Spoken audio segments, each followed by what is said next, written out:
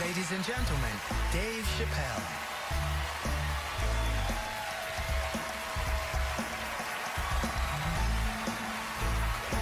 Thank you. Oh boy, I'm very nervous. No pressure. During the Civil Rights Movement, I can't read what's on the teleprompter. Some about Black America and white America. There's Black Americans and there's white Americans. We're all one America. So if you don't mind, this is not live, is it? I imagine whatever I say, you could just edit it out. Let's try it a few ways. Lou, are you in the booth? I am. All right, good. You know what, Lou? Let's just play around with it and see if we can get it right, get this clip package on, and then let me go home, all right? You got it. All right. Ready. All right, count me in. 5, 4, 3, 2, 1. Wu-Tang. I'm just with you, Lou. Let's do it again. We're gonna do it again. We'll get it right. Here we go, Dave.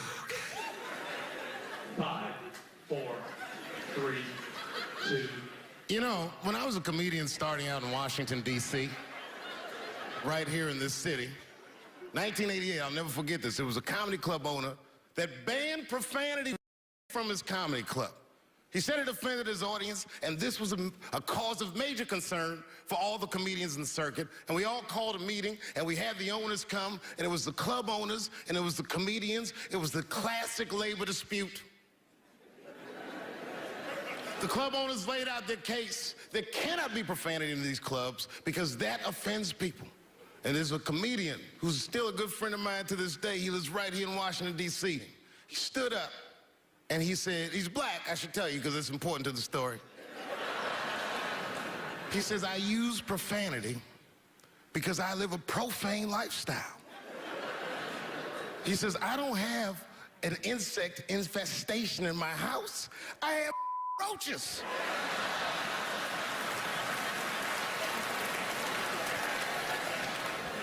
My favorite comedians are like musicians, and the audience is their instrument. And the music they make is your laughter. And that's the laughter that I scored my entire life to. So now, some of my favorite American comedic composers. Thank you. When I lose my job, I lose my man. Treat me like a dog. He called me a dog. Yes, he did. What did he call me? An old dog. Sometimes I wished I was a dog and he was a tree. When you stop and think, football's a fair sport for my people. Only sport in the world, a Negro can chase a white man and 40,000 people stand up and cheer him. See, in my neighborhood, the kids have a kind of a dubious reaction to that whole Santa Claus concept. They just don't believe that a white man will ride a reindeer through Harlem after midnight. In truth, white friend, it's you that all look alike. But look at the black people around you. We're all different colors. Black walnut, burnt almond, chocolate mocha, pecan, vanilla, yellow, mellow, light, bright, and damn near white. We come from the first people on the earth. You know, the first people on the earth were black people. We the first people had thought, right? We was the first one to say, where am I? And how do you get to Detroit? I think maybe like 30 years ago, there was a woman that wanted to sing, and a black lady that sang opera that wanted to sing. What was her name? Mary Anderson. And this place was like segregated, and they couldn't sing here. And here we are, like not even 50 years later, a 22-year-old black man on stage getting paid to hold his. God bless America. I gotta go now. Y'all take it easy. Bye-bye.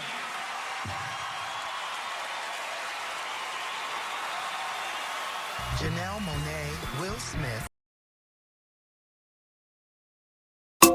Solomon, black man, election manager, Ambazonian with the vote.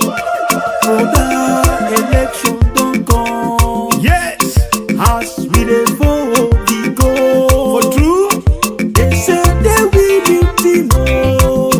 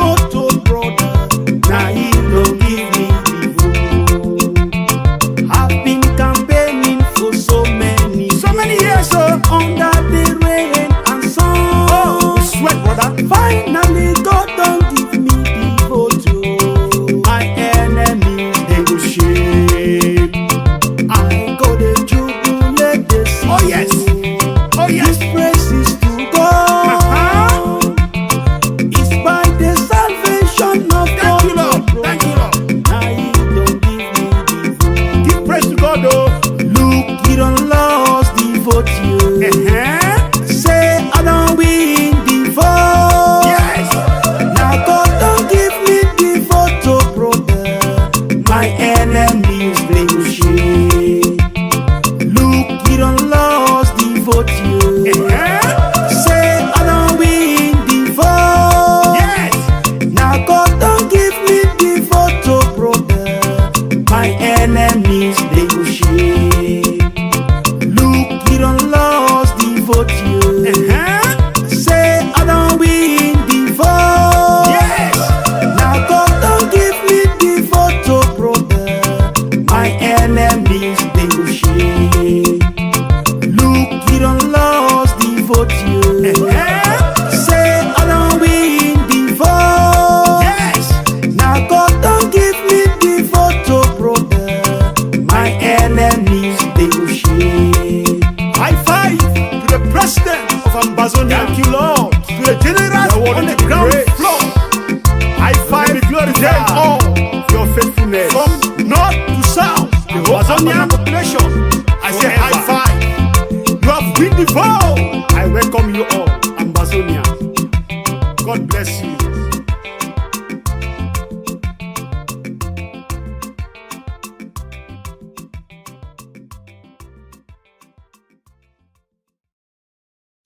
Common, Gladys Knight, and John Legend when we continue. Yeah, man. Well, you ladies are right. To be honest with you, your lives look terrifying to me. They do, man. I know nothing about being a woman, but I know fear. Yo, I used to live in New York when I was 17, and I couldn't even pay my bills. You know what I did to make money? I used to do shows for drug dealers that wanted to clean their money up. One time I did a real good set, and these motherfuckers called me in the back room. They gave me $25,000 in cash. I was probably 18, 19 years old. I was scared. I thanked them profusely. I put that money in my backpack. I jumped on the subway and started heading towards Brooklyn at 1 o'clock in the morning. Never been that terrified in my life. Because I never in my life had something that somebody else would want. I thought to myself, Jesus Christ, if motherfuckers knew how much money I had in this backpack, they'd kill me for it.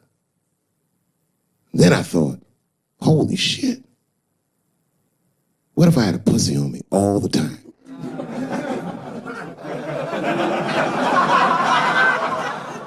That's what women are dealing with. I'm gonna tell you right now. It's real talk. If them same drug dealers gave me a pussy and said, put this in your backpack and take it to Brooklyn, I'd be like, nigga, I can't accept this.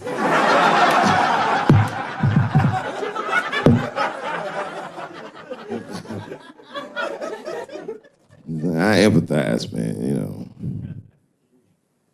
Everybody gets mad because I say these jokes. But you understand that this is the best time to say them. More now than ever. And I know there's some comedians in the back. Motherfucker, you have a responsibility to speak recklessly. Otherwise... New York Times said that Louis C.K. jizzed on his own stomach. You know, I've busted a lot of nuts in my day. None of them were newsworthy. Shit was really gross, because they didn't just say it like I said it. They didn't just say jizz on the stomach. They said it in that fucking Pulitzer Prize winning style that the New York Times has. It was very descriptive, like, you know what I mean? Louis C.K.'s semen shot out like a volcano of misogyny, slowly drizzling down like lava, covering his freckled penis as it slowly dripped to a fiery crown of red hair. Jesus Christ, I'm trying to eat some huevos rancheros and these niggas is...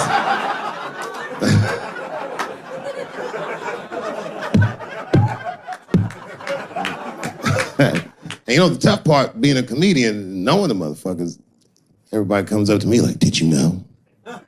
Did you know what Louis was doing? No, bitch, I did not know.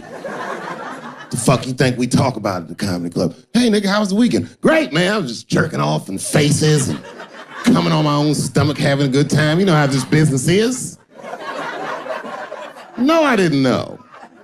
They act like we sit around like Grease. Tell me more, tell me more. Then she put up a fight. Dun, dun, dun, dun.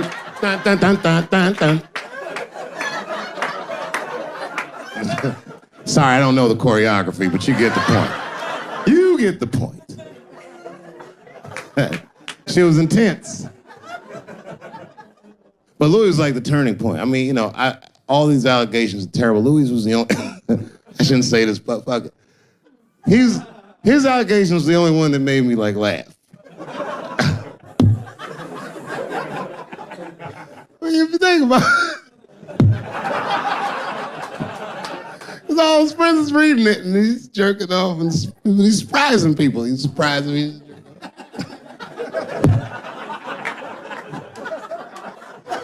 I just picture all the comics in comedy just reading it like, what?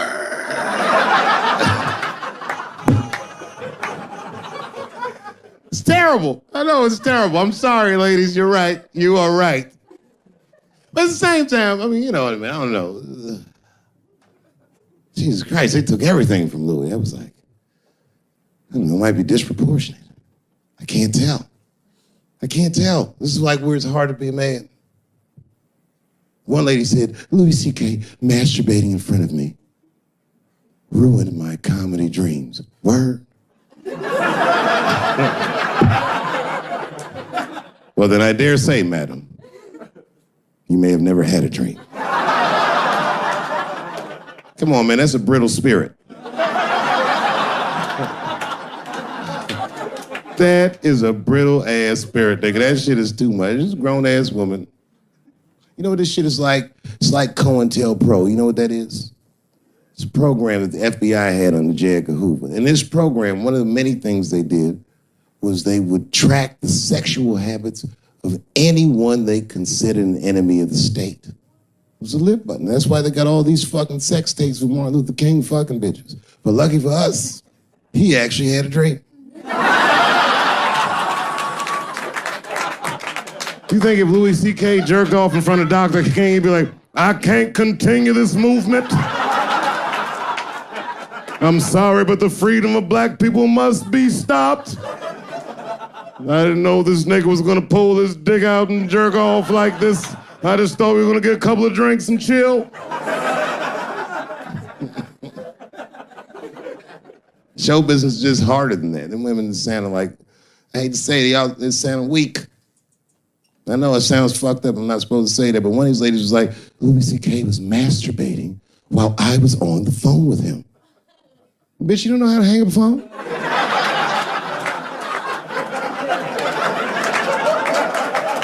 How the fuck are you going to survive in show business if this is an actual obstacle to your dreams? I know Louis is wrong, ma'am. I'm just saying I'm held to a higher standard of accountability than these women are. Don't forget who I am. Don't forget what I am. I am a black dude.